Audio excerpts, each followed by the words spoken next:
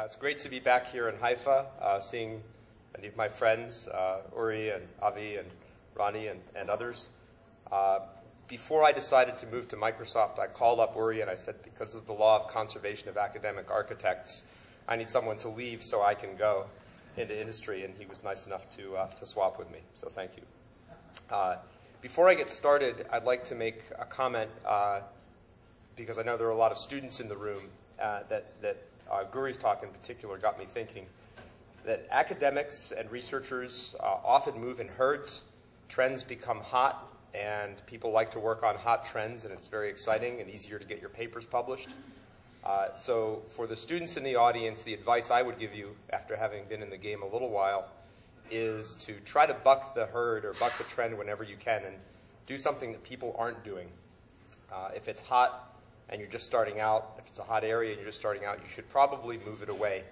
Move away from it. Unless, of course, the physics say that something is definitely going to happen, in which case you might want to pay attention. But so in that light, I think Guri's talk sort of bucked the trend of people talking about multicore and parallel programming. Clearly a lot of important work to be done there, but it was refreshing to hear a different perspective. So I'm going to riff on those themes a little bit in my talk, and today I'm going to talk about a little bit about what I'm doing in my group for research and what we're hoping to achieve in this group that I've been forming over the past couple of years. So to start out, I think looking forward, there are some really severe disruptions coming up in the next decade. And while these are predictions, I think there's a lot of evidence to support them. And if any of these predictions are correct, then it means we're going to see some really large shifts. And so in this talk, I'm going to address the first two of the disruptions, but I encourage you to think about all four, because I think they will have profound implications for the research topics that we ought to challenge. So the first is that multi-core scaling, I believe, is going to end, and end reasonably soon. And so I'll talk more about that, but that has serious implications if you're thinking about moving into an area doing multi-core research, because it will be different than what people are predicting. Secondly, when that age ends, we'll start to see an age of specialization. I wasn't here yesterday, sadly, because I was flying from Geneva, but I've seen Mark Horowitz's talk before, and he's right on the money about efficiency and the degree to which you're going to need to specialize. And this is really going to change a lot of our systems. Let me start my timer here. So then, at some point in the relatively near future, Moore's law is going to end. And it's closer than people think. I talked to some of the people in the US funding agencies, and they said, well, between 2020 and 2030, Moore's law will end. And so we need to start thinking about funding programs to think about what comes next. And the answer is it's not going to happen between 2020 and 2030, perhaps for economics reasons rather than physics reasons. But we may see an end to transition scaling much sooner than people anticipate. Could be 5 years, might be 3, although that's unlikely. I don't think it won't be more than 9, but I would put my money on 5. And then finally, we're starting to see severe depletion in the world's oil resources. I think lots of people in Israel are aware of this, but the consequences for how we use energy and the implications for our industry are really profound. And I read a lot about this stuff, and it's gotten much less press than I think it deserves. So I encourage you all to think about what happens when we have less energy available, the year after that we did the year before, and how can information technology help address that, all of the very serious implications of that phenomenon.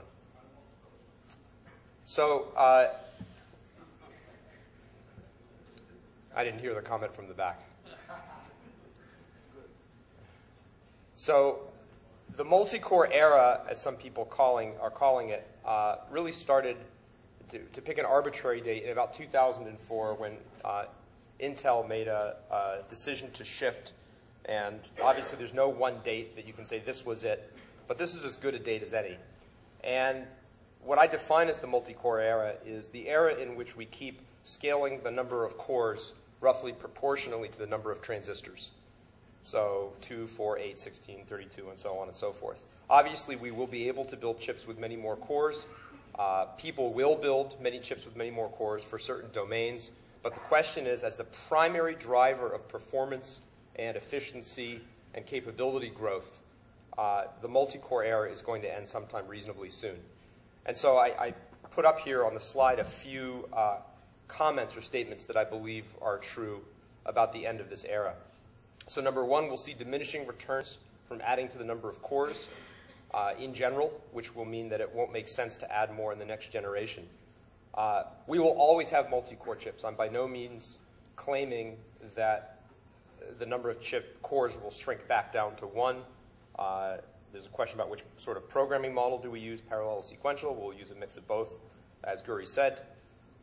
So I'm not claiming that multi-cores will go away, just that they'll cease to be the primary driver of scaling. Once you see that diminishing returns, we won't see them as a driver for more transistors. We'll need to figure out what else to do with those transistors. And that is a huge open question that will get into my discussion about specialization. There's certainly value in parallel programming. There's more value in sequential programming. But when this era ends, if you have an application and you figure out how to better extract more parallelism, whether through better algorithms or explicitly parallel programming or sequential programming that exposes the parallelism, there will certainly be value in that, and people will be highly motivated to do that.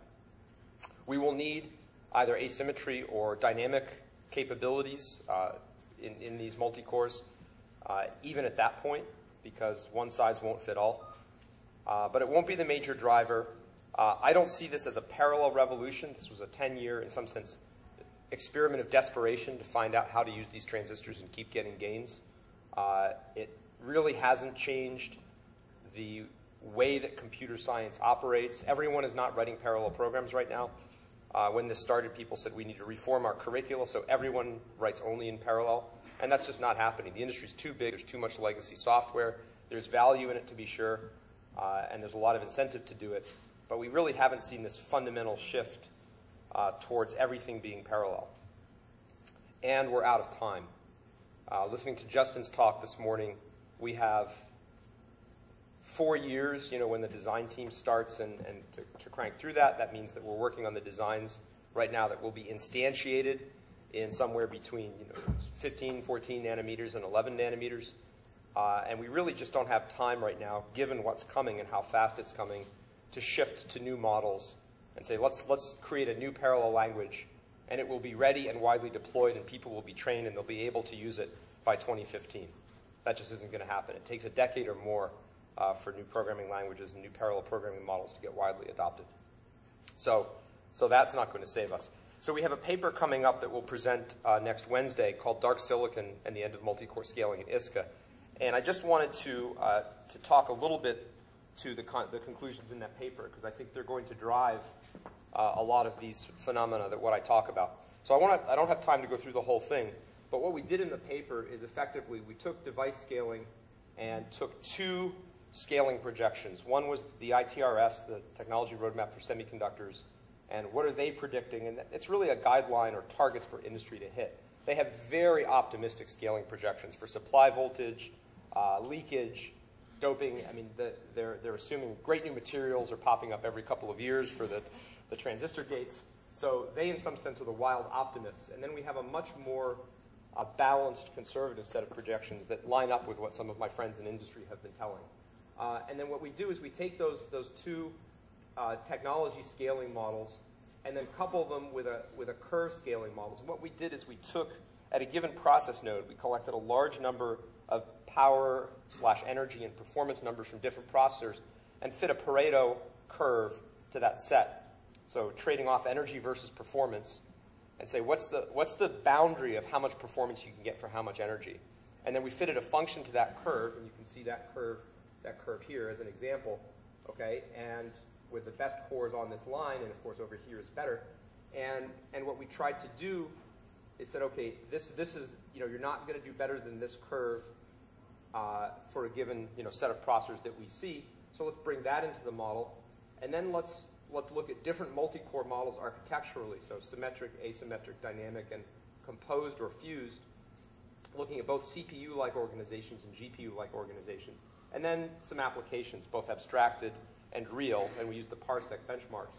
And then we tie all of this stuff together into one large model to see how much benefit for a fixed power budget do we get out of scaling the number of multi-cores. So we can survey the entire multi-core space, number of cores, size of the cores, capabilities of the cores, organization of the cores, and come out with, for each workload, the optimal multi-core configuration, and then at each technology generation, see how much we get out of that. Okay, so it's really an attempt to say, how much juice is there left in our current set of designs and multi-cores for a set of parallel applications? And what we found out was sort of lining up with my intuition was that the amount of juice left obviously depends on your assumptions. But what I'm showing on this graph is a speed-up number here, which I'll call target. And over 10 years, we got about 18x at a fixed power budget. And this is actually the last 10 years of gains shifted forward. So this is saying this is what we did in the last decade, and how do we line up with multi-core scaling going forward? What do we get? And so for symmetric designs, where every core looks about the same, remember, this is an idealized study with optimistic assumptions. So in some sense, for a given technology model, this is a guaranteed not to exceed number.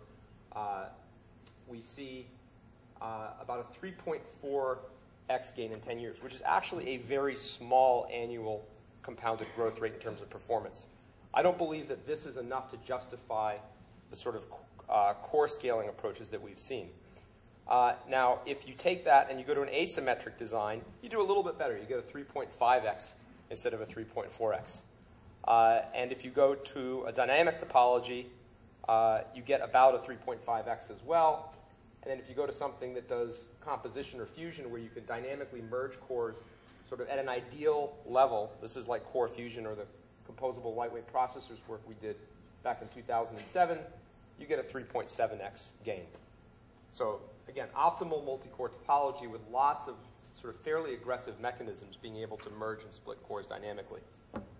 What that really says to me is that there's much less gain left than there has been in the past. And so we need to look to something else to provide that gain. Okay. Now, just as a last comment, that was using the conservative technology assumptions here. And these, again, are for the parsec parallel benchmarks. And so both the blue line with conservative assumptions and the red line with the ITRS optimistic assumptions, obviously give you a bigger gain, 8x instead of a notch under 4x. And these dotted lines here show you that what happens if you have an application that's 99% parallel. So it's an idealized application, Amdahl's law. It only has a 1% serial portion, which is very, very, very good by even today's parallel benchmark standards. And it's up here. If you do hit the ITRS parameters, and we get really good, in some sense, very optimistically good performance scaling, and you have an almost perfectly parallel application, then you start to get speed-ups that we've seen at historical rates, and that can justify scaling up the number of cores. But it's going to take all those things to hit, in the next 2, 4, 8, 6 years for that to scale. Okay, so unless that wonderful situation occurs, we're just not going to get that much additional use out of multi-core scaling. And remember, that's for parallel benchmarks. Okay, so an alternative is to go to specialization and try to run more efficiently. And this was the subject of Mark Horowitz's talk. And I won't, this slide largely captures what he was talking about, which is that general purpose processors are in this range in terms of efficiency on a log scale, and dedicated fixed function blocks 3 orders of magnitude better. And then there's, DSPs and sort of domain-specific processors sit somewhere in the middle. And right now, for most codes, we're down here. If you only want to run thing and you can afford the NREs to design something, you run up here. The question is, how do we get from here to here to continue justify the sort of performance gains now that we're energy and power limited going over the next decade? But this leads to what I call the customization conundrum, which is one of these iron triangles like memory hierarchies, which I learned from Gurry back in 1991 or 2 when I took his class at Wisconsin. And really, you can have high volume and very high NREs, but if you want efficiency, you might need to specialize. That's going to limit the volume, and that's going to mean your aggregate NREs go up. So what we really want is systems that are highly specialized, but run over large numbers of applications, and we don't have to pay very much to design them. And right now, in our current model of design methodology and our current economic models for how we produce chips and how we sell them in the markets, it's very hard. We don't actually get all three. Intel tries to make their general purpose systems as efficient as possible by having just insane NREs because they know they're going to sell them into so many different units. So going forward, as we specialize chips, the question is how can we do that over a much broader range of applications, given that the chips are specialized to get more efficiency? That's one of the fundamental challenges we're going to face over the next 10 years. Okay, so given that, if we're here, what do we do in the post-multicore era? So one alternative is that we just start building lots of accelerators, and I'll call these fixed function accelerators. Things like, video codecs, AES, TCP offload, and every time we double the number of transistors, we double the number of fixed function accelerators. That leads to something that Chuck Moore has called the Frankenchip, where you've got thousands of fixed function accelerators, and only a small fraction of them are on at any one time because of this dark silicon phenomenon. You might be able to do better if you can do very rapid prototyping and look at your application and say, here's a small set of fixed function accelerators that I need for this application, and you send that off to the factory, and a few weeks later you get back a chip that is designed to a standard pinout. But again, we don't have the NREs right now to do a chip like that are way too high. Lots of people working on improving that. So this, we'll continue to use fixed functions when there's something that everybody uses, but I don't see this as a viable method going forward to really drive what we're doing in the industry and drive the need for more transistors. Secondly, we can just use more programmable accelerators. I'll talk more about that in a moment. And this is a direction I think is really promising.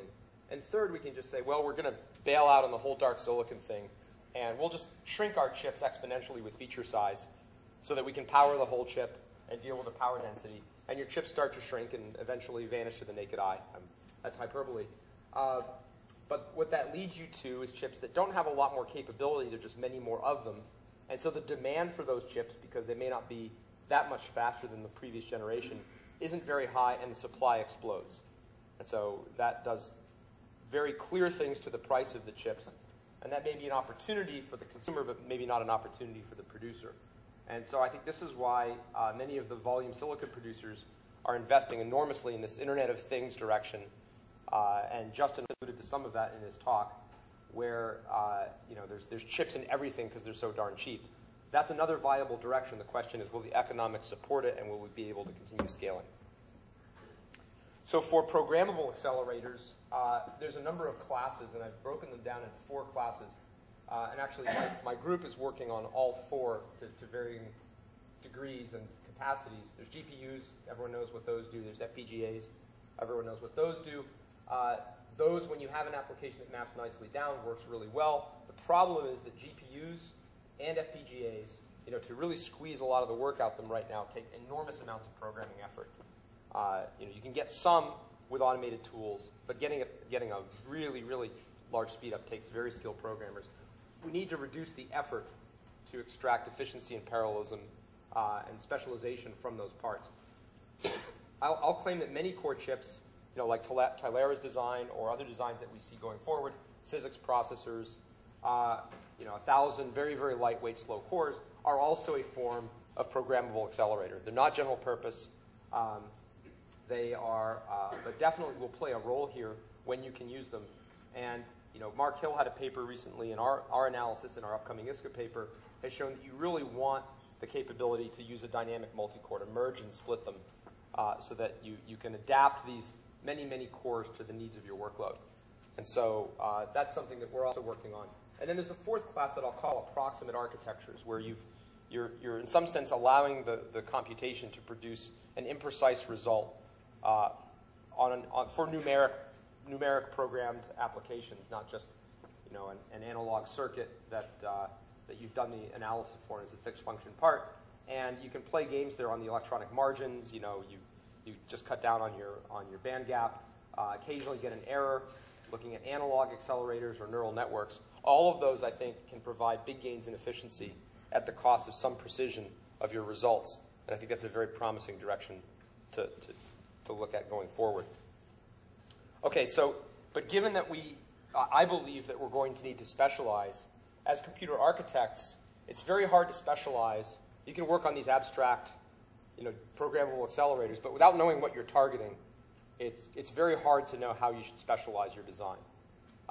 And so when thinking about this talk, I looked at the work my group is doing and tried to organize it into a set of specialization targets. And so here, I think, are 4 very interesting directions. And all these are consistent with some of the themes that Justin listed in his talk for specialization. So, given sort of finite resources and energy, how do we build applications that make the rest of the economy much more sustainable? We're already doing that, but I think we need to push it much farther. We do it for transportation, traffic analysis, things like that. Let's do it for reusing resources. Let's do it for shipping goods. We really need to build the infrastructure and applications to cut way down on the amount of energy that the rest of the economy uses. Something that I'll call continuous user interfaces. I'll talk about that momentarily, but it's really a next class of user interfaces, sort of like when we moved from text to graphic user interfaces. Something I'll call extreme personalization. This is having, and again, this comes back to the context discussion that Justin had in his talk, of having web services that are individually tuned for you as a person, that know your behaviors, your preferences, your moods, your context, all of those things. And akin to when we moved from mainframes to personal computers, right now we have services, web services, that are really monolithic services. I believe we are moving to an era where those services, many of them will be highly personalized.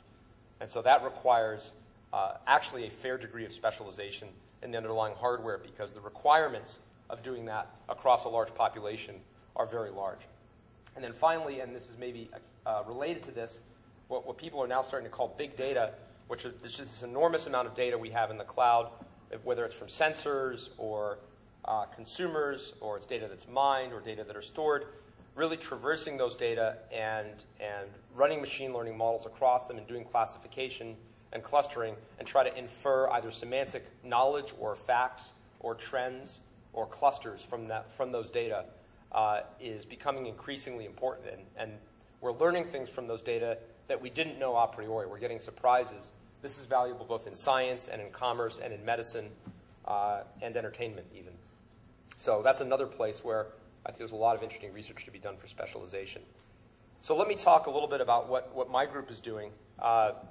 So if you look, I left off the mini computer era, although you could say that's an era. But really I broke this down into 4 and maybe 5, depending on how you think of minis, eras, mainframes, PCs, internet, which really is different from PCs because it drastically broadens the range of things you can do with a PC, and then the move to mobile computing and having the internet and all these services in your pocket. If you note, these eras have actually in some sense been accelerating, or at least they've been coming very quickly, and this is not the last one. So the question is what comes next? And so something that we're working on post these first 4 waves is something I call the continuous era, where you are continuously connected to online services. Your context is being mined, you're getting notifications, you're continuously interacting with both the world as augmented by information and by online services. Now, obviously, this has to be done in a tasteful way so that it makes you more productive, not less, and it's more pleasurable to use, not less. We don't want constant interrupts coming in every 5 seconds and distracting you, although you could argue that's what SMS is. But we're really trying to get to something here where you're part of an ongoing conversation and you're interacting with things on a continuous, not a discretized basis. For example, every time you pull your phone out of your pocket. And so these require increasingly natural user interfaces. Again, this is, I felt like Justin was giving I won't say a different version of this talk, but it had a different perspective. But a lot of it was interesting how parallel a lot of our thinking was. Tighter integration of you with computation, and then back in the cloud, rich personalized services, making your user interface better and mining information and figuring out what you need to be aware of, what your context is, and providing richer services for you. So what does the system architecture look like for this? Well, you're likely to have a device on your body, 1 or more. We already have at least 1 if you carry a cell phone. It may be more, it may not. That remains to be seen. A room device providing additional analysis about your context and information. That may be optional. An area server that can provide you computation and results and data with low latency, and then a data center sitting far off, across the continent that has enormous amounts of information and computation and maybe doing lots of mining on these big data sets. And all of these play in this hierarchy You can think of this as physical proximity is here, and size of data set is here, and there's just a trade-off among these in the hierarchy. You know, right now we often just use these 2 points at the end, but I see this spectrum getting richer. You know, the latency to access a service grows as you move right. The energy efficiency that you need has to improve as you move left. And so that's the trade-off. And we really ought to be thinking about this distributed system when architecting an integrated service, and then asking as computer architects, what are the specialized pieces that we need to build to make all of this happen and work well and work efficiently? So if you think about the services that these provide, the body device, you know, needs to be instantly responsive. It needs to have a sophisticated user interface. It's pleasure to use. The room device, in some sense, needs to be aware of what's going on in the room, and it needs to foster your interaction with your mobile device. The area server here, you know, this could be a data center box coupled with a cell phone tower. It could be a server sitting in, you know, it could be your home PC, a server sitting in the building, but needs to provide you services with very low latency, and then there's this massive thing sitting behind it that's doing analysis and shipping the results to be cached on these 3 devices at varying degrees. So what I've been working on for the past year or so is building up a model and a team that tries to build out a single experience or set of experiences that's architected over this whole stack. And so if we take a slightly different view of it, at the very bottom you have both the client and the data center hardware. Then you've got some system components, things like your cache manager, the thing that interacts with the data center and the services on behalf of you that's running on your client device, your mobile device, your phone or other. Then there's the application layer that's providing you interesting services. You know, at the top of this, there's a unified user experience that's facilitated by both of these stacks, applications running in the cloud over some infrastructure running across the data center, storage managers, runtime models, things like that, what people call middleware, and then hardware at the very bottom. And so I don't have time to go through all of it today. I'll go through some pieces. The NCs are no comment, and these are things that I think are a little bit too proprietary to discuss. But we are publishing pieces of this. We had a paper in ASPLOS last year on Pocket Cloudlets, an augmented reality application I'll show you an example of. And then we have a system, a back-end augmented reality remote rendering service that we built in the cloud. And then something called Aura, which holds your data and mines it for these rich personalized services, running machine learning models across it on your behalf, running as infrastructure in the cloud. So I'll start with Aura, and I'll do one or so slide on each in the interest of time. Maybe I'll jump ahead here. Right, so the idea behind this Aura system that we're building is to really balance privacy and rich services and to provide both. So one of the scary things about the world we're moving into, if we don't handle privacy correctly, is when people talk about, you know, the system knows your context. And again, Justin said this as well. If that leaks, it's incredibly damaging. And we're already undergoing an incredibly bad loss of privacy. There was a recent study looking at Facebook where they took a picture of somebody, you know, ran that picture across a mined Facebook set to find the person, looked at their hometown and birthday, and if you're in the US, they can guess their social security number with a fairly high degree of accuracy. You know, those sorts of things are really terrifying, and things are just getting worse. So what we're trying to do is build a system that really holds all of your data inside it, and the services come inside and run inside on your behalf and aren't allowed to leak out. So rather than sending your whole purchase history to a company, you'd hold your purchase history inside your Aura, your digital extension in some sense, and the company will ship its model to you and run it across your data locally and then send you recommendations. Okay, so the intent there is to really preserve your data inside this thing and let services run inside on your behalf without sending data back to a third party whenever possible. Obviously, for sharing and some services, there needs to be communication. And that boundary is a real research challenge. But I think we have to go to a model like this eventually. And especially if we're going to go to one of these rich continuous user interfaces, people, you know, you need a service that knows what your preferences are, what you think is important, when you want to be interrupted, what your context is, what you're doing. So if you're driving and your significant other needs to talk to you, you probably don't want to take the call on the highway. You want to take the call as soon as you park. But if there's an emergency, you might want to take the call when you're driving. So the system needs to know whether or not you're driving and whether or not it's an emergency and what your preferences are. And this is not something I want to give to outside companies. And I can give you another example.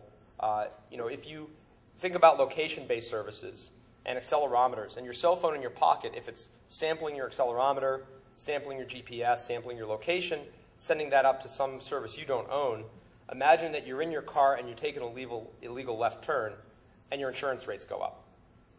Imagine if you've been sitting sedentary for too long, too many days in a row, and your health insurance rates go up. I mean, these are the sorts of things that are coming if we don't do something about it. So I won't get on my high horse. And then as part of this, services run within your aura. We call them orons. Actually, we call, if you're a Lord of the Rings fan, we call malicious orons saurons. And stupid orons are morons. But no, I could go on, but I won't.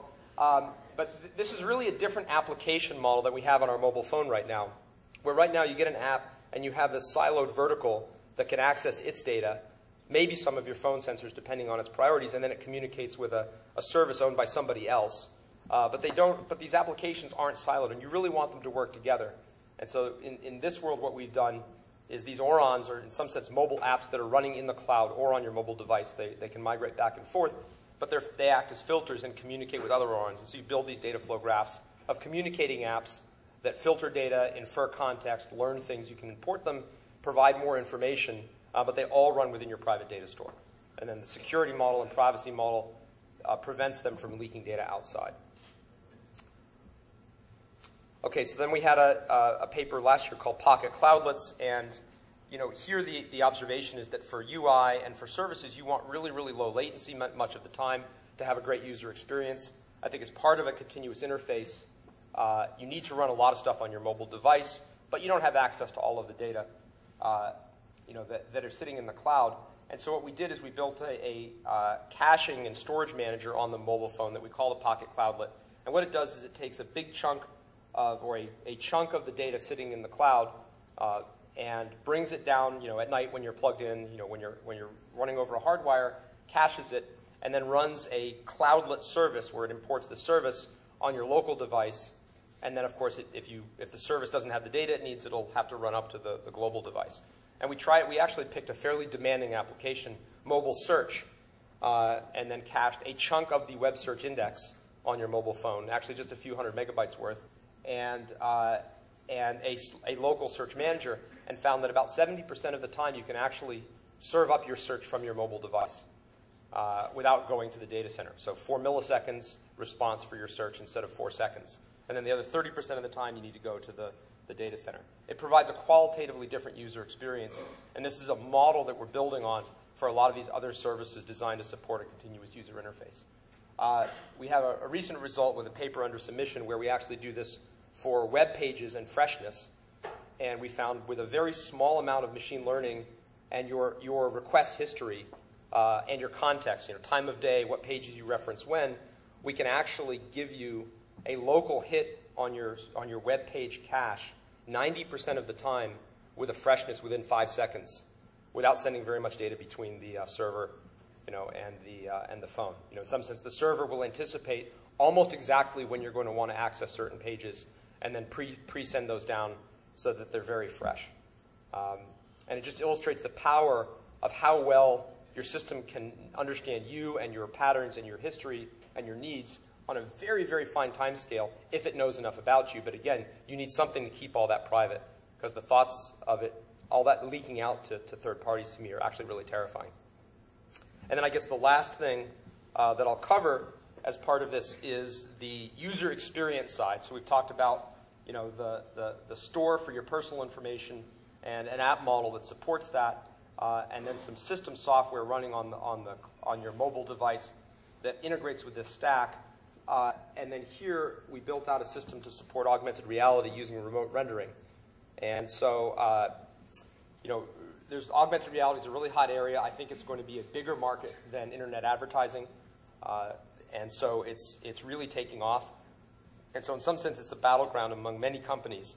And the key idea is that you have a mobile phone or a mobile device or some screen interface that's personal, and it figures out where it is relative to the world. So it computes what's called a pose matrix, sort of looks at where it is relative to the third seat from the left in the audience. And that may be based on analysis of the scene generated by the camera. that may be based on markers that have been put on the chair. That's a little bit easier if you have that. And then it will insert virtual objects into your field of view, okay, and try to pin them to the view that you see based on its computations about where it is relative to the thing that it's augmenting. And that needs to be very precise, and you need to update that very fast because you can be moving around very quickly, and the pose matrix is constantly changing. So what we did is said, let's try to build some really, really rich experiences that will support this notion of a continuous user interface using things that are rendered in the cloud. And so we'll compute the pose matrix locally from your phone, ship that off to the cloud, render something, ship it back just in time to be seen. And I'll show you a video after I talk about the architecture. So we call this ROMAR for remote object M. I don't remember what the M is for augmented reality. And so you have the phone, just to take you through the architecture. You take the camera image. You compute where you are relative to, in this case, this sheet of paper that has markers on it. You send that matrix, which is not shown here because of colors, off to the cloud. It does some graphical rendering of some object or physics-based scene, does some physics calculations, generates a video based on that, or the next frame of the video, compresses it, sends those frames back in a stream to your mobile device, and then that's composited with the camera image. For those of you that work in the field, I'm sorry for the overly general discussion, and then that's shipped to your screen so you can see the compositive image.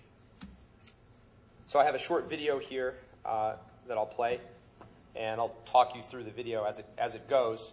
So this is an Android device with a sheet of paper here. It's tracking the sheet of paper, and then the phone is rendering these very simple rock'em sock'em robots. So and you can have them punch by touching the screen. So I'll show you first what we do with a single view using this sheet of paper with markers on it, and we're working to eliminate the markers. So I have Ju Young here on my team. He's holding a mobile device, and then we jumped out. Now, this would be unfortunate. I have to go all the way back through.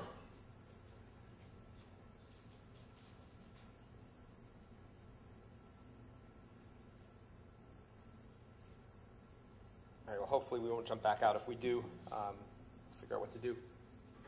So we have Ju Young on our team here, and he's holding a camera. This is a Windows 7 slate with a camera mounted on it, pointing at the sheet of paper here, and the cloud is rendering the stack of blocks here and the shadow coming off of it. And you can see it's rendered, and as he's moving around, it's pinned to the underlying sheet. So all this is being done by a machine sitting in another room in real time. Now, I just already went through the architecture, so I apologize for this. Usually I skip over this, but I don't have the bar. There's the missing pose matrix.